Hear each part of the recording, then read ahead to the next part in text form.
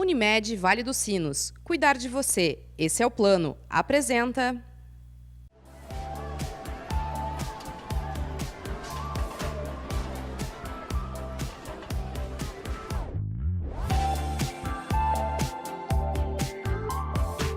Apoio. Audibel Aparelhos Auditivos. Sua vida com mais saúde, conforto e liberdade.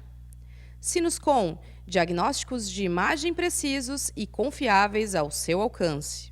Olá, tudo bem? Estamos começando mais um programa Pergunte ao Doutor, aqui na nossa Vale TV, canais 6 e 14 da NET e nas plataformas digitais.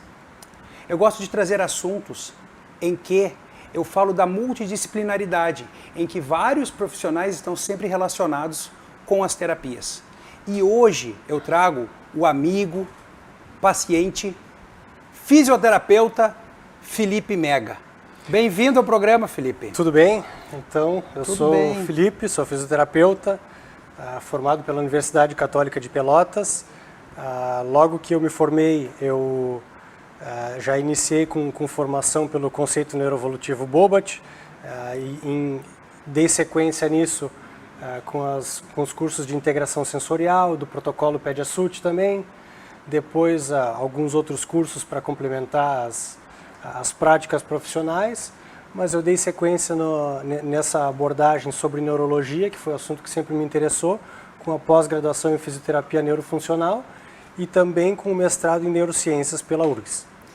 Então, tu és um fisioterapeuta que se dedicou ou se especializou em transtornos, dá para falar assim, neuromusculares. Do neurodesenvolvimento mais especificamente. Eu sei que atualmente tu trata basicamente então as crianças. Correto.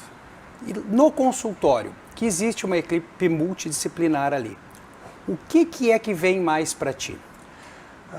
Então os encaminhamentos eles vêm seja da parte da neuropediatra ou diretamente da pediatra, né, ou dos pediatras, e geralmente são situações onde há um atraso no desenvolvimento neuromotor, que vem em função ou de problemas durante a gestação ou de alguma síndrome que acaba acometendo, né, o sistema neurológico dessas crianças, alguma situação por um evento durante o parto ou no período perinatal. Então essas são as situações mais comuns de aparecerem, assim, crianças que acabam vindo por um atraso no desenvolvimento, que é o que mais especificamente o Bobat acaba atuando e tendo a participação dele para esse tipo de tratamento dentro da fisioterapia.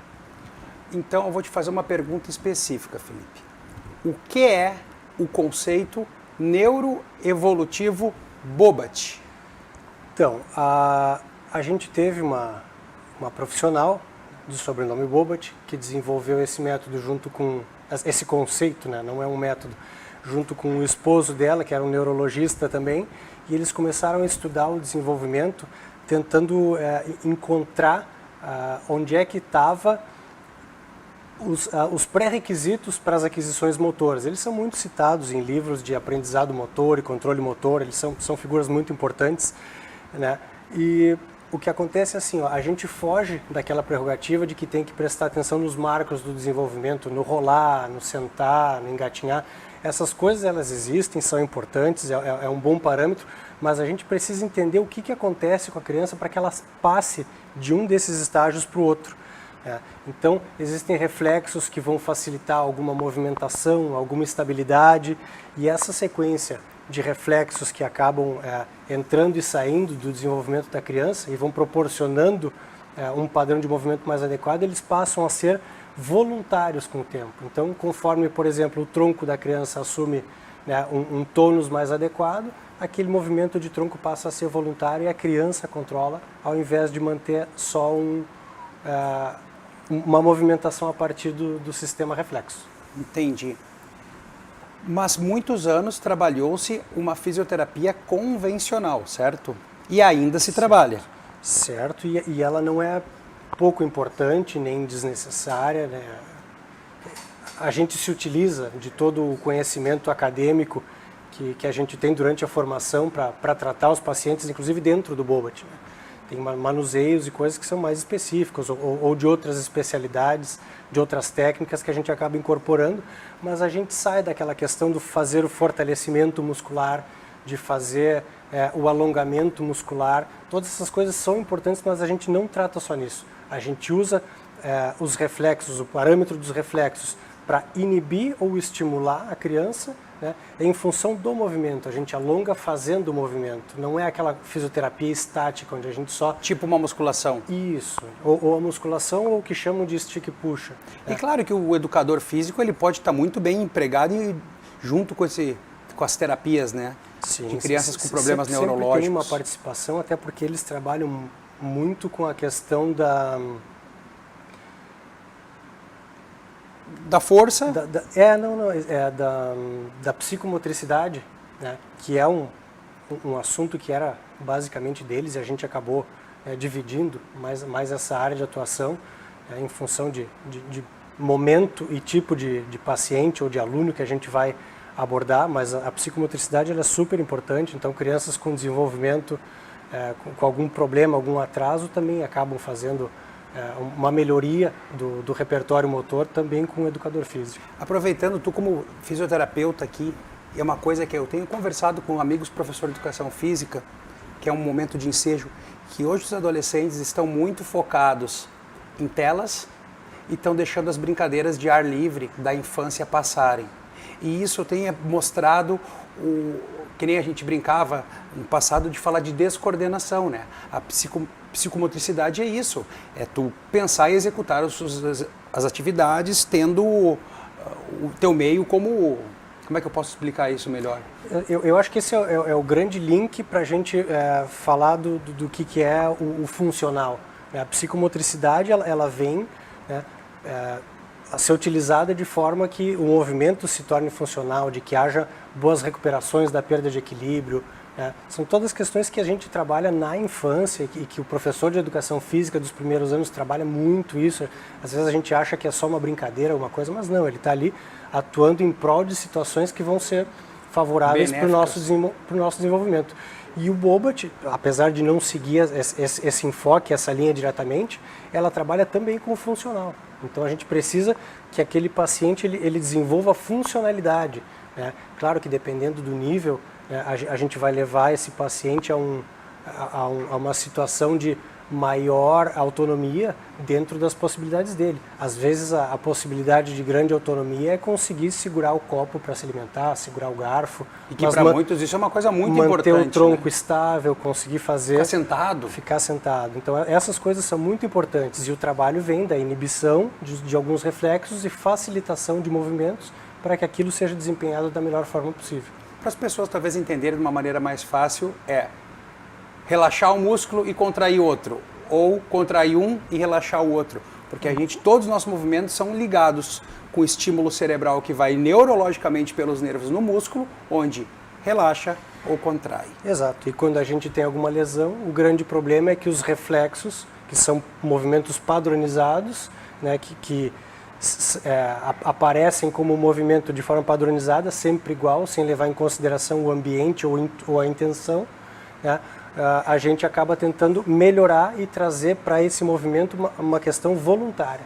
É um movimento intencional, uma qualidade para que ele possa segurar um copo com firmeza, junto com uma caminhada, segurar alguma coisa e não acabar se atrapalhando e não ter estabilidade para coordenar todo o conjunto. A gente vê que, às vezes, uma coisa que é difícil, incluso daí com outra especialidade, que é a fonoterapia, em que às vezes as mães ficam cansadas e dizem, parece que não está resolvendo, parece que não está resolvendo.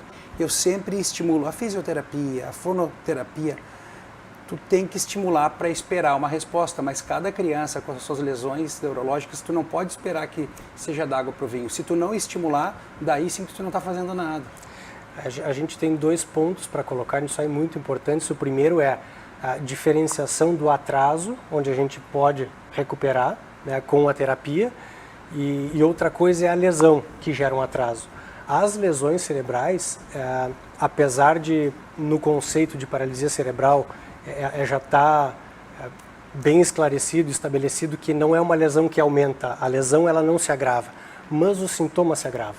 Porque conforme tu vai reforçando aquele padrão de movimento, ele vai piorando naquele sentido. Então, se tu não, em nenhum momento tu tentar retirar a força daquele reflexo que está aparecendo, se tu não inibir ele... Reflexo ao contrário, no caso, né?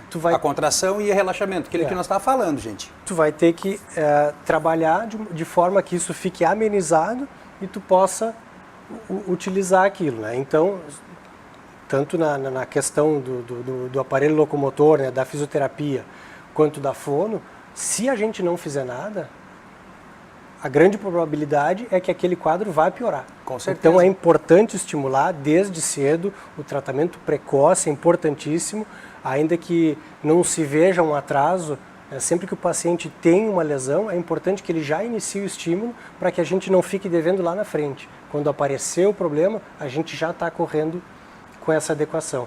E o segundo ponto que eu acho super importante é o papel da família nisso.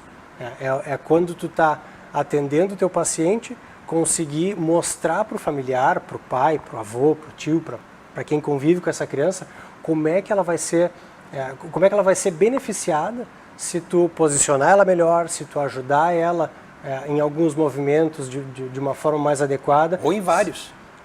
Vários. Mas em coisas simples, a gente não quer que o paciente vire paciente também em casa. A família tem papel de família, mas a gente pode ajudar na terapia, até porque o tempo de terapia distribuído na semana é muito pequeno para o resto do dia, né, para a rotina dessa criança.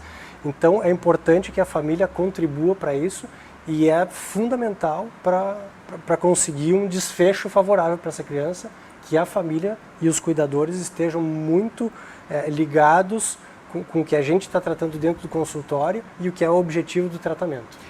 Uma coisa importante que tu falou aí é que a criança também, ela tem percepção de muitas coisas e ela cansa também. E estimular no cansado é pior, né? Sim, a gente tem algumas terapias que são intensivas, né? Por exemplo, o Pediasut, que a gente aplica lá, a gente coloca uma roupa especial com tracionadores que proporcionam um melhor posicionamento. A gente pode, é como se tu tivesse mais mãos para estabilizar o paciente, então tu consegue trabalhar com maior liberdade, mas por ser intensivo, é uma terapia que leva 4 horas por dia, 5 dias por semana, durante 4 semanas. São 80 horas de tratamento para fechar um protocolo. Isso é super importante naquele momento. Tá? Quando a gente entende, bom, agora é hora de lançar mão de um protocolo mais intenso, porque ou a gente não está tendo bons ganhos, ou a gente está ficando estagnado, então a gente dá como se fosse na medicina, uma dose de ataque para que aquela criança responda com qualidade. Então a gente proporciona esse tratamento para ela ter uma melhor condição, mas o que eu recomendo, inclusive, para famílias que têm muitas terapias distribuídas, às vezes 2, 3 no dia, vários dias por semana, é que espalhe isso no tempo, porque às vezes o cérebro não é capaz de incorporar, de assimilar todo aquele estímulo que está acontecendo, que está sendo oferecido para ela, mas que ela vai acabar não conseguindo absorver tudo. Por cansaço. Pelo cansaço, pelo estresse. O próprio protocolo intensivo do Pediasut, por ser 4 horas, não é só mental, é um desgaste energético. A gente precisa parar no meio do atendimento, fazer um lanchinho, comer, tomar água, se aliviar, se for o caso. Para a criança é bastante cansativo. Então a gente tem que ter em mente que todo o estímulo ele é importante, ele é benéfico, mas ele também precisa de uma dose. A gente precisa dosar o exercício e o estímulo que está dando. Tipo no caso que tu falou para as pessoas entenderem, às vezes em algum momento não fazer todas as terapias ao mesmo tempo. Investir só naquela para tal coisa, para ver a resposta, para depois acrescentar outras ou mudar essa, né? Tem uma situação muito... Acontece todo ano, pelo menos 2 vezes ao ano. São pacientes que vêm ganhando, que daqui a pouco dão uma estabilizada no quadro. E a gente, quando vai sair de férias, ou férias escolares, ou os pais vão sair de férias, ou no final do ano algum recesso, a gente fica, poxa, eu estava ganhando tanto com aquele paciente e agora a gente vai parar. E muitas vezes, para nossa surpresa, quando ele retorna para o consultório, ele está melhor. Porque ele descansou? Porque ele descansou, porque ele teve um tempo para usar aquilo sem ser no compromisso, sem ser na pressão vamos executar com qualidade. Claro que isso é super importante. Sem isso ele não chegaria naquele ponto. Mas é super importante que ele tenha o período de descanso. Isso sempre é benéfico. Isso para todos os exercícios, né, Felipe? Claro. Academia para nós mesmos. Vamos, não dá para fazer todo dia sem parar. O corpo precisa, a mente precisa. Muito bem. Voltando um pouquinho, que a gente começou a evoluir bem no assunto, qual vantagem tu pode nos ressaltar do conceito Bobat em relação à fisioterapia convencional, pontualmente? Segurando, então, a gente seguimos com essas respostas após nossos apoiadores. Já deu 15 minutos. Entendeu? Viu que nós estamos na segunda pergunta ainda.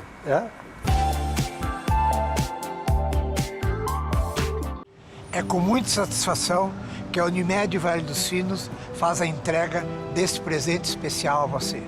É o novo Hospital Unimed, referência em tecnologia, inovação e humanização. Uma estrutura toda conectada, com corpo clínico de alta qualidade, trazendo excelência ao atendimento hospitalar. Unimed Vale dos Sinos. Cuidar de você. Esse é o plano.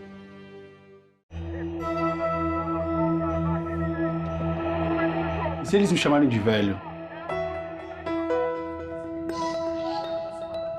E se eles acharem que eu sou incapaz? E se me olharem diferente? Não dê ouvidos ao preconceito. Usar aparelhos auditivos é cuidar da sua saúde. É cuidar de você. Audibel, ouvir bem é viver bem. A Sinoscom, pioneira em diagnóstico por imagem em Novo Hamburgo, está de volta. Com espaço amplo, equipamentos modernos e processos organizados, a Sinoscom acredita que o cuidado com a saúde deve ser acessível a todos e, por isso, trabalha com dedicação, integridade e qualidade. Conheça a Sinoscom em Novo Hamburgo. Você vai se surpreender.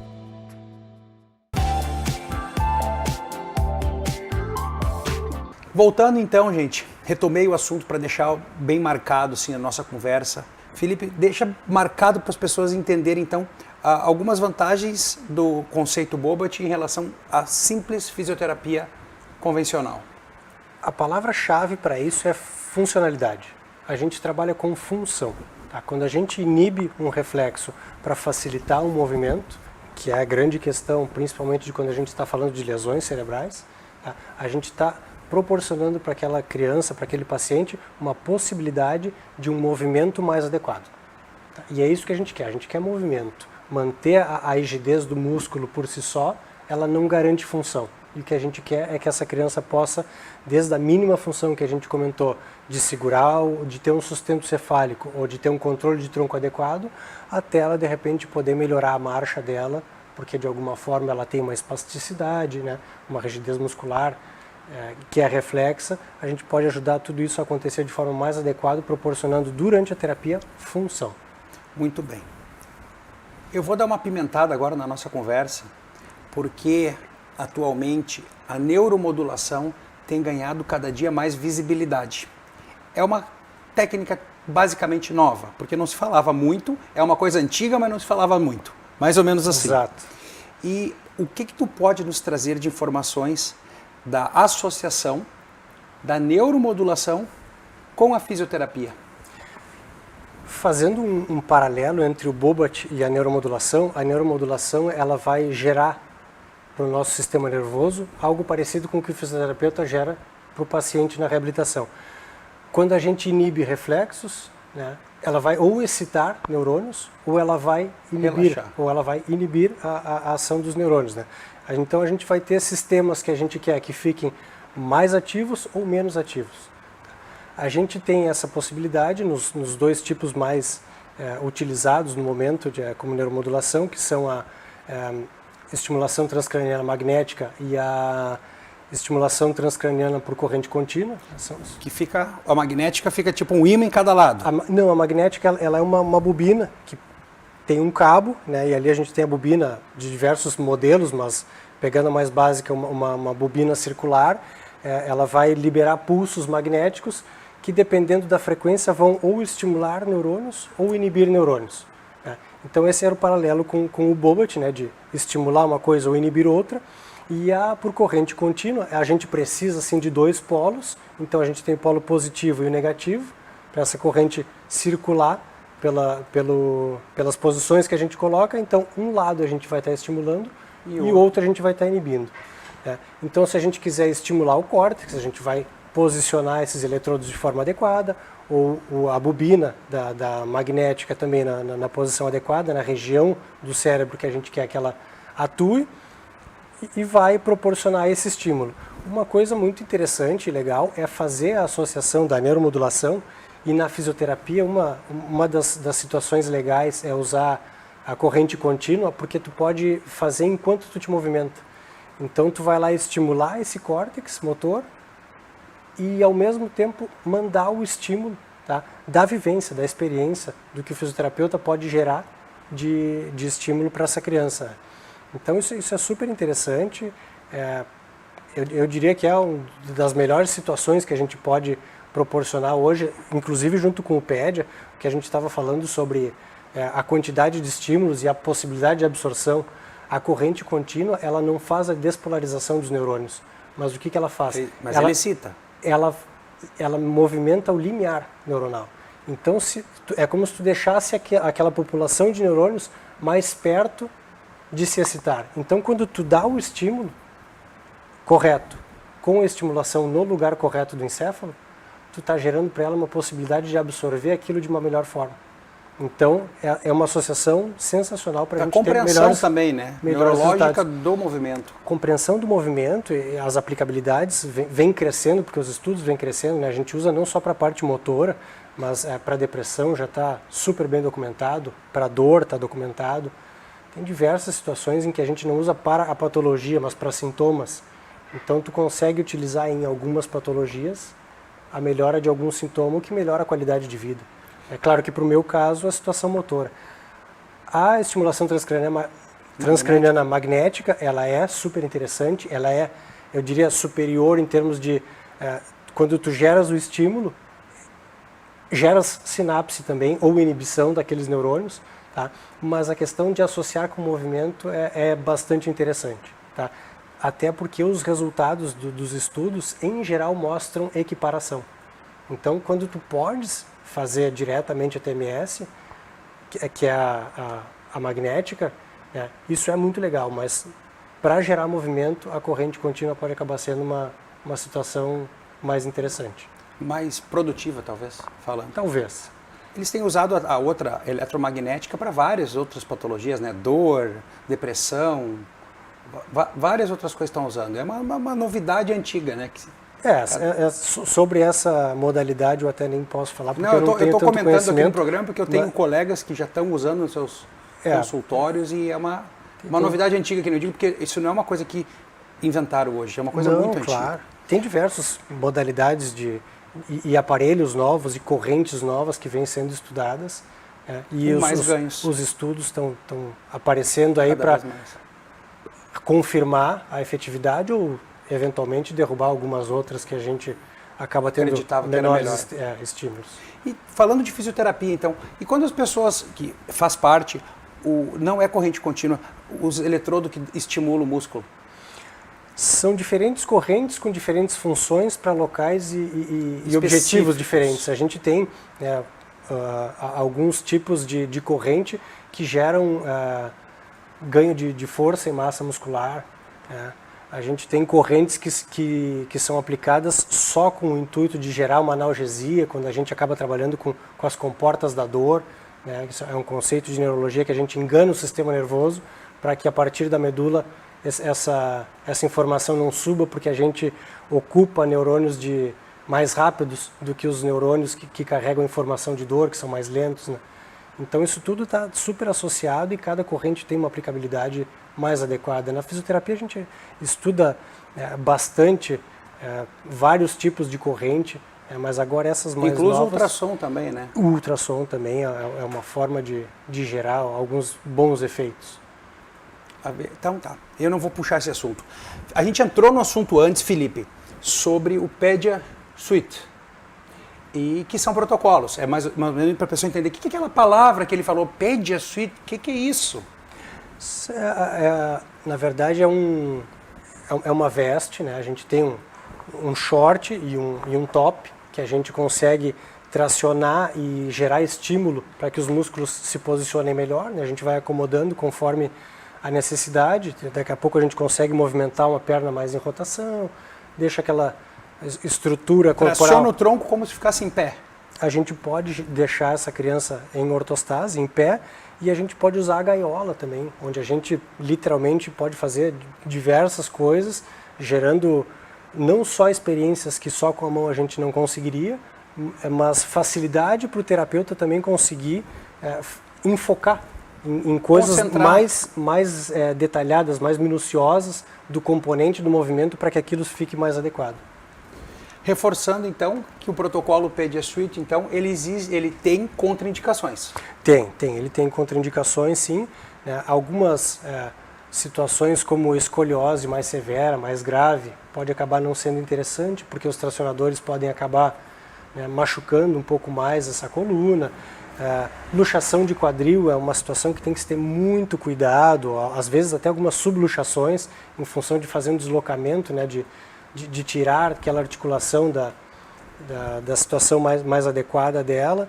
E epilepsias, né, convulsões não controladas também são bastante perigosas em função do gasto energético e do estresse que aquelas 4 horas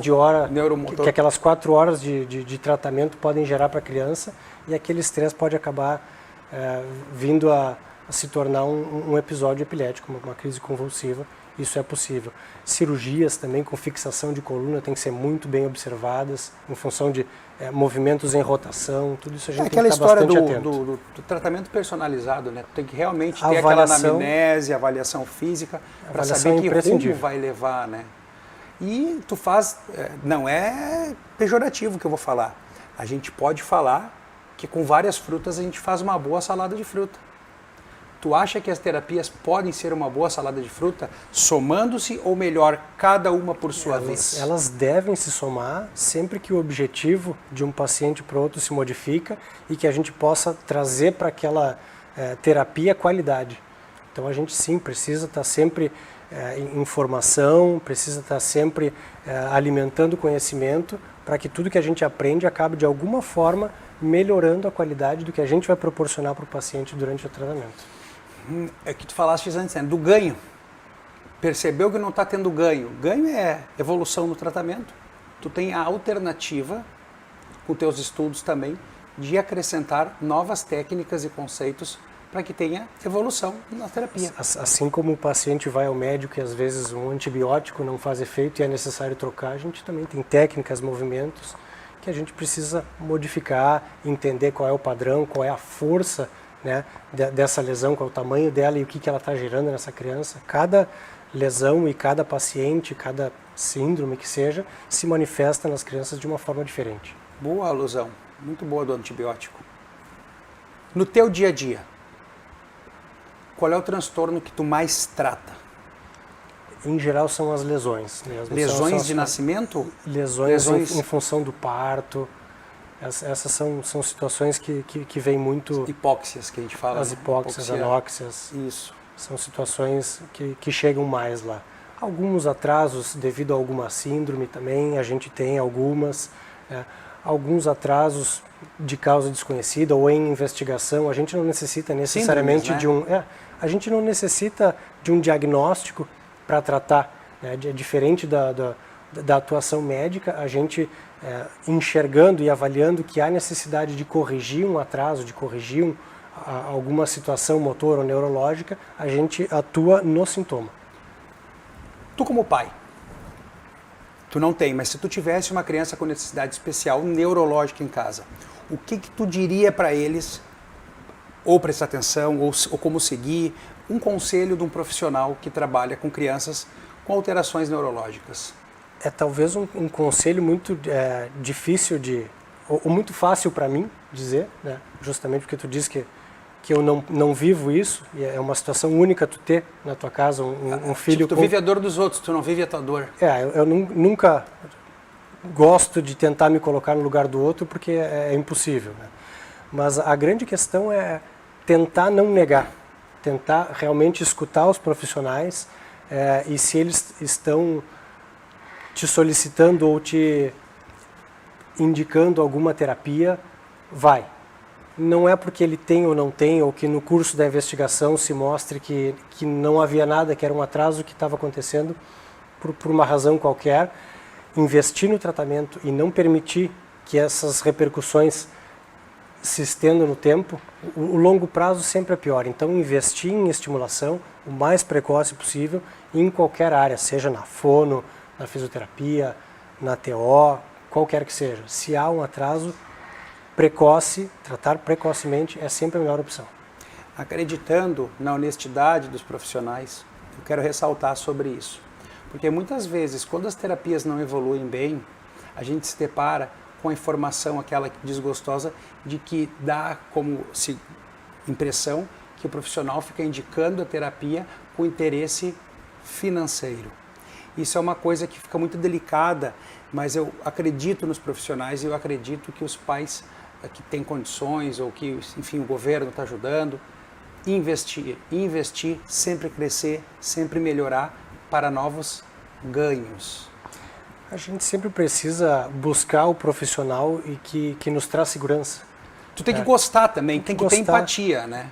Se tu não gostar de largada do cara, tu já vai passar, acho, inconscientemente o ranço pro filho e começamos ruim. A empatia ela tem que ser de duas vias. Ela tem que ser do profissional com o paciente e do paciente com o profissional. Eles precisam se enxergar como uma situação de estamos aqui em prol da criança. A gente não pode gerar uma situação de ego ou desconfiança. Quando isso aparece na mesa, vamos para uma segunda opinião, vamos para um profissional que a gente confie mais. Outra opinião, né? Eu sempre gosto de outra opinião. A minha está aqui.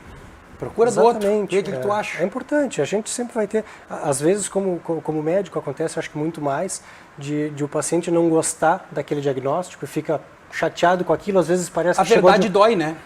Então, às vezes, ele precisa trocar e tá ok, troca, mas não deixa a criança de lado em função disso. Não negar o que pode vir a estar acontecendo. Não deixa tuas dores, os teus anseios ou tuas preocupações em primeiro lugar, contigo mesmo tomarem conta do tratamento da criança. O que tem que estar no cerne da discussão é a criança e o tratamento dela. Então, levar ela para o tratamento e, bom, descobrimos que não era nada, ou descobrimos que era. Bom, que bom que já estamos tratando. Ou então, bom, fomos precavidos, a gente pode tirar agora, dar um passo atrás com isso aqui e deixar o curso se dar normalmente. Eu acho que é a melhor opção, a criança está no centro da discussão. Tu quer nos falar um pouquinho sobre as estimulações transcranianas, que tu trabalha em equipe, tu quer abrir um pouco isso aí para o pessoal?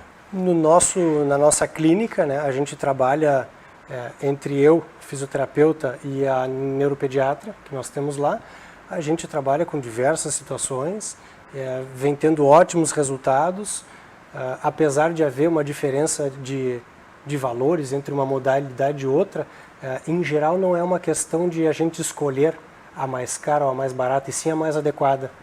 Existe uma situação onde uma é mais adequada que a outra, onde os estudos mostram que aquela estimulação tem melhores respostas que a outra. No geral, a gente entende que são duas modalidades com resultados semelhantes, mas para algumas situações elas têm melhores indicação uma do que a outra. Muito importante sobre o tratamento em conjunto dessas crianças, né? A discussão sempre leva ao crescimento do entendimento. A avaliação, inclusive, dos pacientes que chegam lá exclusivamente para a neuromodulação são feitas entre eu e a neuropediatra. É feito tipo uma reunião antes? A gente senta junto todo com o mundo, paciente ou depois? O paciente, o familiar do paciente, a neuropediatra e eu. A gente senta todo mundo numa sala e a avaliação se dá com a anamnese, com as questões para identificar tanto o quadro quanto possíveis contraindicações e sempre deixar muito claro tudo o que a gente pode ou não proporcionar. Cara a cara, com o paciente. Com o paciente. Então estou aqui agradecendo mais uma vez a paciência de vocês, a compreensão, o interesse de aprender com os assuntos que eu trago aqui no nosso programa. Agradecer de coração o fisioterapeuta amigo Felipe Mega pelo seu tempo, pelos seus esclarecimentos para vocês entenderem um pouquinho sobre as terapias que ele emprega nos pacientes que precisam. Felipe, tu pode deixar aí a câmera para ti, teu @, quem quiser te mandar perguntas. Eu atuo na Clínica Neuromais, onde a gente tem lá uma equipe, que temos pediatra, fisioterapeuta, neuropediatra, né? Eventualmente alguns profissionais acabam vindo trabalhar em parceria conosco. Eu queria agradecer a atenção de vocês e a oportunidade cedida pelo colega e amigo Rodrigo. Eu fico muito grato pela oportunidade. Mais uma vez, muito obrigado pela atenção de vocês. Lembrando que saúde não é brinquedo. Tchau, tchau. Unimed Vale dos Sinos, cuidar de você. Esse é o plano. Apresentou...